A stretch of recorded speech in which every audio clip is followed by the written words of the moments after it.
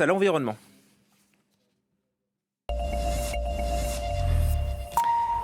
Avec Audrey Racine, bien sûr. Bonjour Audrey. Bonjour On Julien. s'approche très doucement de l'ouragan Beryl, qui a déjà fait 7 morts dans les Antilles et qui se dirige vers la Jamaïque désormais.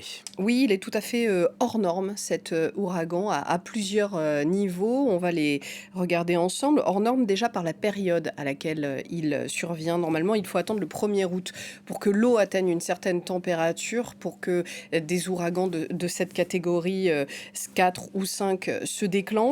C'est, nous dit Météo France, l'ouragan le plus puissant jamais enregistré en juin sur l'ensemble du bassin atlantique.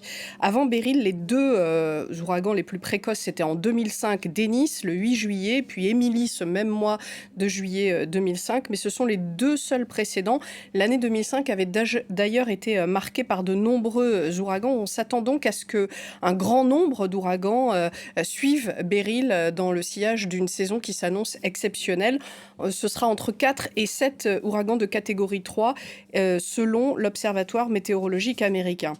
La deuxième caractéristique exceptionnelle de Beryl, c'est sa rapidité de formation. Il n'a fallu que moins de 2 jours pour que Beryl passe d'une simple dépression tropicale à un ouragan de catégorie 4. 42 heures exactement. Ça n'était tout simplement arrivé que 6 fois dans l'histoire des ouragans en Atlantique. Et le plus tôt de ces ouragans très très rapides, c'était le 1er septembre. Vous voyez qu'il y a donc un delta très important.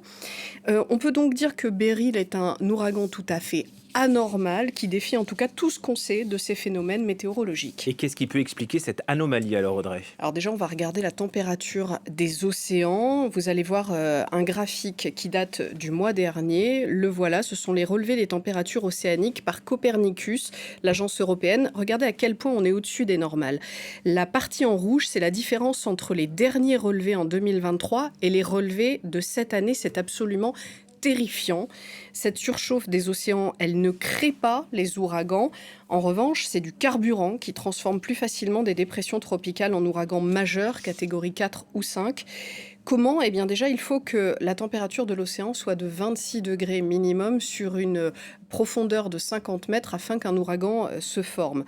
Ensuite, plus de l'eau s'évapore et plus elle va s'agglutiner autour de la colonne de basse pression qu'on appelle l'œil du cyclone. Et donc, plus l'ouragan sera puissant. L'évaporation accrue, c'est l'un des effets du réchauffement climatique, je vous en parle assez souvent. Il y a plus de vapeur en suspension dans l'air, donc des ouragans qui atteignent aussi plus facilement une vitesse de vent au-delà de 200 km/h et qui vont aussi entraîner de plus fortes précipitations puisqu'il y a plus d'eau qui s'agglutine autour de cet ouragan et qui va donc retomber. À un moment, ce sont ce qu'on appelle des pluies cycloniques. Selon le GIEC, avec le réchauffement climatique, la proportion des cyclones très intenses de catégorie 4 ou 5 devrait augmenter de 14%. Quant aux pluies cycloniques, elle devrait augmenter de près de 15% pour un réchauffement donc de 2 degrés. Et est-ce que les phénomènes El Niño et La Niña jouent aussi un rôle ? Déjà, El Niño, qui s'achève en ce moment, a joué un rôle dans la surchauffe des océans couplé au réchauffement climatique. Mais vous allez voir, voilà, sur cette carte de l'Observatoire météorologique américain, les anomalies froides en bleu au sud du Chili. Ça, c'est au-dessus du Pacifique. C'est La Niña qui arrive, qui fait une anomalie froide au-dessus du Pacifique.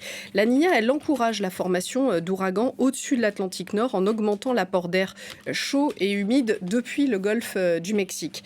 Quant El Niño, lui, favorise des cyclones majeurs au-dessus du Pacifique et va empêcher leur développement en Atlantique. C'est pour ça qu'on appelle ça une oscillation. C'est une question assez complexe de circulation des masses d'air entre ces deux océans et avec ces deux phénomènes, El Niño et La Niña. Avec le réchauffement climatique, on rentre dans une nouvelle ère aussi pour les ouragans. Il y a des voix qui s'élèvent dans la communauté scientifique pour définir une nouvelle catégorie de super ouragans. Pour l'instant, l'échelle de Saffir-Simpson qui permet de les catégoriser va jusqu'à la catégorie 5 que Beryl a atteint. Il faut que la force des vents soit mesurée à au moins 252 km/h. Mais au début de cette année, des chercheurs ont proposé une catégorie 6 pour des ouragans, des cyclones, des typhons, dont les vents iraient à plus de 310 km/h. Et pour cela, ils sont remontés jusqu'en 1980. Ils en ont trouvé 5 qui pourraient correspondre à cette appellation. Et tous sont survenus après 2010. On voit donc là qu'il y a bien un effet du réchauffement climatique.